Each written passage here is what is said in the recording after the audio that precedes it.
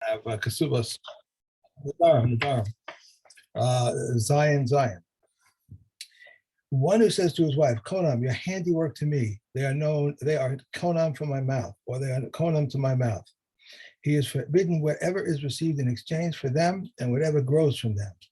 With respect to my eating, with respect to my tasting, he is permitted whatever is received in exchange for them and whatever grows from them. If it is a thing whose seed decomposes, but for a thing whose seed does not decompose, even what is grown from what is grown is forbidden. If a person said, what you make I shall not eat until Pesach, or what you make I shall not wear until Pesach, what she makes before Pesach he is permitted to eat or wear after Pesach. What you make until Pesach I shall not eat, or what you make until Pesach I shall not wear. He is forbidden to eat or wear after Pesach what she made before Pesach. Excuse me. So this means over here that if she's making something before Pesach, what you make until Pesach I shall not eat or wear. Yeah. So after Pesach you can't wear them and eat them. You can't do that. That's what it's saying. Yeah, what she makes, it depends on how it's phrased. Yeah. Right. Okay. The person said, Kohanim, whatever benefit you have from me before Pesach, if you go to your father's house before the festival, if she went before Pesach, she's forbidden to have any benefit from him until Pesach. If she went after Pesach, she is liable for, he shall not break his word. Kohanim, whatever benefit you have from me before the festival, if you go to your father's house before Pesach, if she went before Pesach, she is forbidden to benefit from him until the festival, but she is permitted to go after Pesach. Okay. All right. Konam yain she'ani to'em hayom. Okay, so now instead of focusing on the object of the neder, we're now looking at the time limitations, because it's also possible for a person to make a time limited neder. Okay. So when a person makes a neder, it isn't necessarily forever. It could just be for a certain period of time. Okay. So konam yain shani to'em hayom. And we're focusing now on the word hayom. Eno asur ela ad shetechshach. So basically until Tzeis HaKochavim. So and it doesn't matter when. It doesn't matter when he's it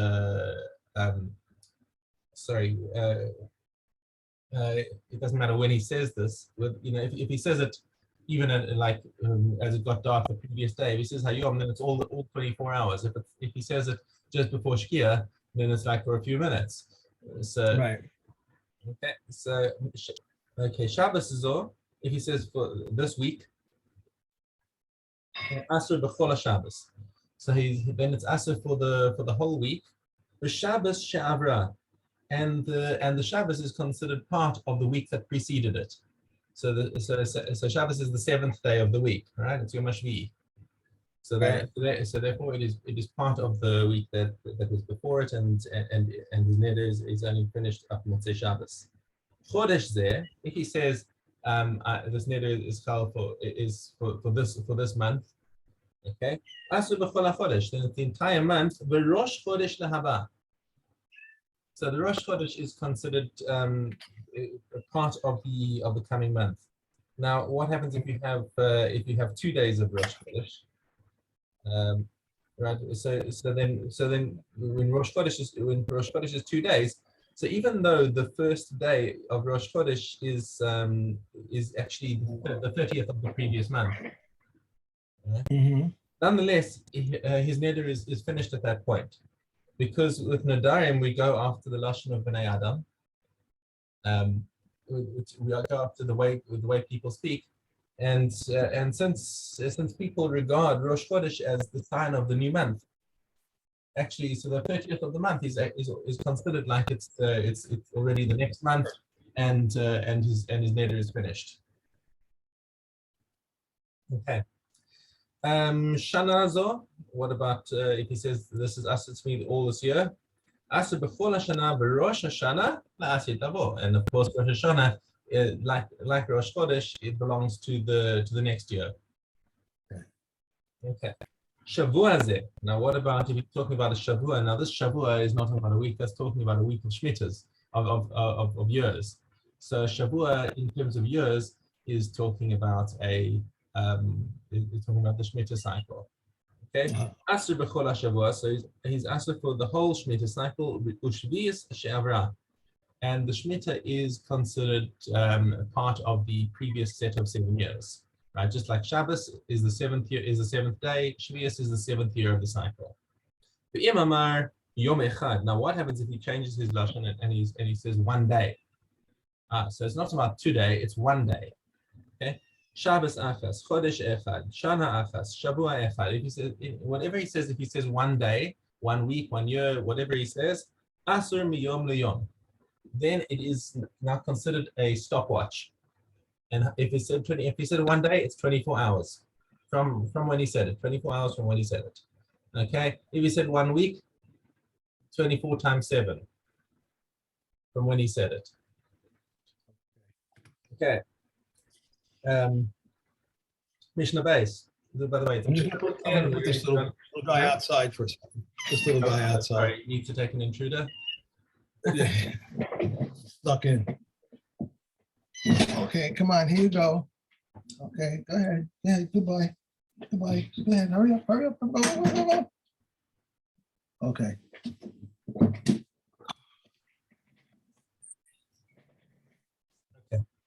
There we go. Oh, thanks. Fine. Okay, base. Ad HaPesach. If he makes his neder Ad HaPesach, Asur Ad Shiyagia. So then it's then he's Asur until Pesach begins. Ad Shiyahei, but if he uses the lashon until it will be Asur Ad Shiyatzei, then that includes Pesach in the neder. So then he's got to wait for Pesach to finish before his neder is finished.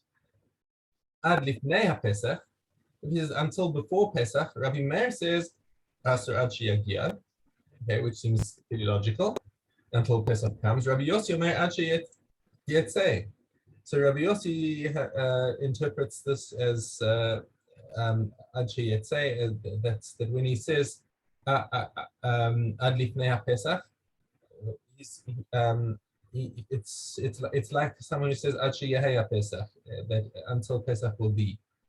And look, I mean, there's a lot of discussion about the difference between these, which I don't think is worth it for us to dive too deep into between these two machlokas, because they're basically talking about the lashon b'nei adam at the time of the Mishnah, and they probably know a lot better than what we do. The tachlis is you look at when people say a certain expression, what do they mean, and that's the machlokas between Rabbi Yossi and Rabbi Meir. Mishnah Gimel, Ad HaKatzir, Ad HaBatzir, Ad HaMasik. If somebody says until harvest time, until Batzir is the grape harvest, and Masik is the olive harvest. Okay, Eino Atzur Ela Ad Shiyagia. So the neder is only chal until the harvest season begins. Okay, Zeh HaKlal, Kol Shezman Kabua. So we see that there's a difference between things where the time is known, like Pesach, okay, or things where it's kind of might fluctuate a little from day to day, from year to year. But Amar Ad Shiyagia, right? So like the harvest might be the 5th of the month this year, might be the 10th of the month next year. Okay, anything that has a fixed time, the Amar Ad Shiyagia, Asur Ad Shiyagia. Amar Ad Sheyehei, Asur Ad Sheyetzei. So as we saw in the previous Mishnah, like Pesach, Ad Sheyagia and Ad Sheyetzei have a difference between whether you include Pesach or don't include Pesach. But if it doesn't have a fixed time, like the harvest time, Bein Amar Ad Sheyehei, Bein Amar Ad Sheyagia, Eino Asur Ela Ad Sheyagia. So in either case, there with the harvest, it doesn't matter what lashon you use, because it's a variable time. The neder ends as soon as the harvest season begins. Shavuos would be considered a fixed time, because we know the 50 days. Shavuos is absolutely a fixed time, correct? Right. Okay. All right. Tazara. Hey, guys. If someone from the street was prohibited by a neder to benefit from one of them, he may not enter the yard. If Eliezer ben Yaakov says, he may say to him, I am entering into your partner's property, I am not entering into yours. Someone prohibited by a neder to benefit from another who owns a bathhouse or who an olive press, which are being leased in the city, if he has an interest in them, it is forbidden. If he does not retain an interest in them, it is permitted. If someone says to another, "Come on your house with respect to my entering it, or to a field with respect to buying it," and he died or sold it to another person, it is permitted. If he said, "Come on this house with respect to my entering, or this field with respect to my buying it," and he died or sold it to another, it is forbidden. If one says, I am to you cherem, and the person prohibited by the neder is forbidden, you are to me cherem, the person making neder is forbidden. I am to you and you are to me, both are forbidden. Both are permitted in something of the pilgrims from Bavel, who are forbidden in but are forbidden in something in that city. Okay. Okay. That's it. That's 3. Yeah. Okay. Ksubos Vav Aleph. A woman's finding in her handiwork belonged to her husband, but her inheritance he enjoys the ufrog of during her lifetime. Restitution for disgrace and impairment belong to her. Rabbi Yehuda ben Becerra says, when it is in a hidden place, 2/3 belong to her and 1/3 to him. When it is in an open place, 2/3 belong to him and 1/3 to her. His share is given to him immediately, but as for her, land bought with it, land is bought with it, and he enjoys the ufrog. If one agrees to give money to his son-in-law and his son-in-law dies, the sages can say, to your brother I wanted to give, but to you I do not want to give. If she agreed to bring him 1,000 dinars corresponding to this, he must contract to give her 1,500 goods. By corresponding in appraised goods, he contracts to give her a fifth less. Goods appraised for 100, which are worth 100, he has nothing but 100. Goods appraised for 100, she has given 1/3 selim and a dinner. For 400, she gives 500. Whatever the groom contracts, he contracts less than a fifth. Okay. That was 3. Hannes Gimel Vav. If one happened that the elders descended from Yerushalayim to their cities and decreed a fast because wind blast the size of an oven's mouth was seen on grain in Ascalon. The further decreed a fast because wolves had devoured 2 children beyond the Jordan River, and Rabbi Yossi says the fast was decreed not because they had devoured the children, but merely because they were eaten in the city during the day. In these cases, we cry out even on the Sabbath, and if a city is surrounded by hostile Gentiles or by a flooding river, or if a ship is storm tossed at the sea, Rabbi Yossi says we may call upon the people to assemble for assistance, but not for supplication. So what does that mean exactly, for assistance? To help with the people who are in trouble, and then there's no praying for them? No, you pray. Hang on just a second.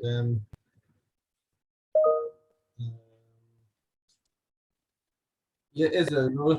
You must forget about praying. This is like a like this is not a time for praying. Get in there and help.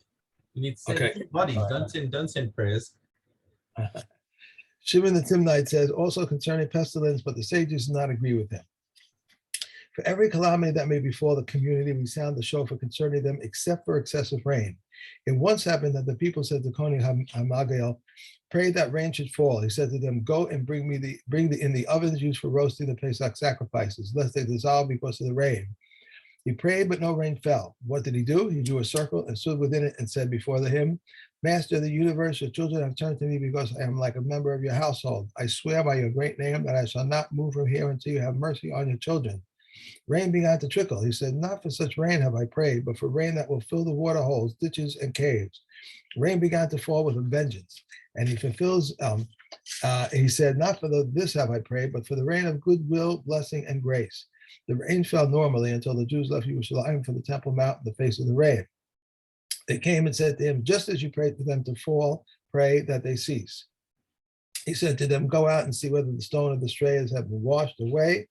Reverend Shimon ben Shattak sent him a message saying, "Were you not Coney, I would present a ban upon you. But what can I do since you have a favorite child before the omnipresent? And he fulfills your wishes as a son, who makes himself like a young child before his father and fulfills his wish.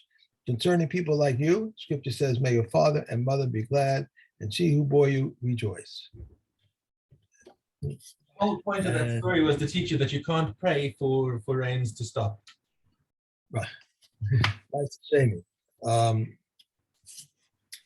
the eve, let me see, on the eve, no, wait a second. Yeah, on the eve of the first festival of Passover, in the fourth and the seventh, the beer was performed. How is the beer performed? Truma and Truma Maisa were given to the owners, and Maisa reached on to its owners. Maisa Ani to its owners, and Maisa Sheni and Bikurim were removed everywhere. Reb Shimon says Bikurim are given to the priest just as Truma. Cooked food, Beis Shammai said, it must be removed. Beis Hillel said it must be regarded as removed. If one has produce at this time and the time of the bear has arrived, Beis Shammai says he must redeem it with money. But Beis Hillel says it is the same whether it is money or produce. But Yehuda said at first they used to dispatch the householders in the province, hasten and prepare your produce before the hour the beer season arrives, until the Rebbe Akiva came and taught that all produce that had not reached the tithing season was exempt from beer.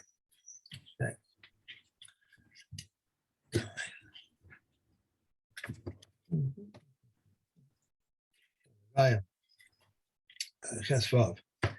If two Baharas, one Tame and one Torah, spread from one to the other and then cover the afflicted person completely, he is Tahor. On his upper lips, on his lower lip, on his two fingers or the two eyelids, even though only when they are pressed together do they appear as one. He is Tahor. If he covered him completely except for a white blemish, he's Tameh. After being covered completely, his extremities reverted to a type of white blemish, he is Tahor. If his extremities reverted on a patch of skin smaller than a lentil, Remeah renders it Tameh. And the sages say a white blemish smaller than a lentil is an indication of Tuma originally, but is not an indication of Tuma afterwards. The Kohen shall confine someone who comes completely white. If white hair appears, the Kohen confirms him.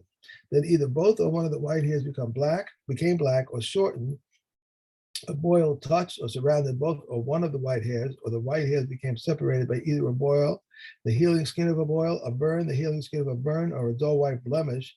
If subsequently a patch of living skin or white hair appears, the afflicted person is Tameh. If no such patch of living skin appeared, nor any white hair, he is Tahor. In all cases, if the extremities revert to a normal appearance, they remained as they were. If he covered him partially, he is Tameh. If he covered him completely, he is Tahor. If he covered him completely all at once, if it was from a state of Tahara, he is Tameh. If it was from a state of Tuma, he is Tahor. And one who becomes Tahor from the status of confinement is absolved from letting his hair grow, from rending his garments, from shaving, and from the birds. One who became Tahor from a state of confirmation is obligated to do all of them, but both cause Tuma upon entering a house. I think if you recall, we had a mention of that in the end bands in Megillah. The only difference between the Torah who's Muskar and the Torah who's Mukhlat is the Tziporim the Korban. But in terms of the Tumah, they are both equally Tameh. Okay, Avos. Avos, we have Rabbi Yehuda says, be meticulous in study, for a careless misinterpretation is considered tantamount to willful transgression. Rabbi Shimon says there are three crowns, the crown of Torah, the crown of priesthood, and the crown of kingship, but the crown of a good name surpasses them all. Nedarim says, exile yourself to a place of Torah, and do not assume that it will come after you, or that your colleagues will cause it to remain with you, and do not rely on your own understanding. Rabbi Yanai says, it is not in our hands to explain, but the tranquility of the wicked or the suffering of the righteous. Rabbi Messiah Ben Karas says, initiate a greeting to every person and be a tail to lions rather than a head to foxes. Hey, what I'm going to try to do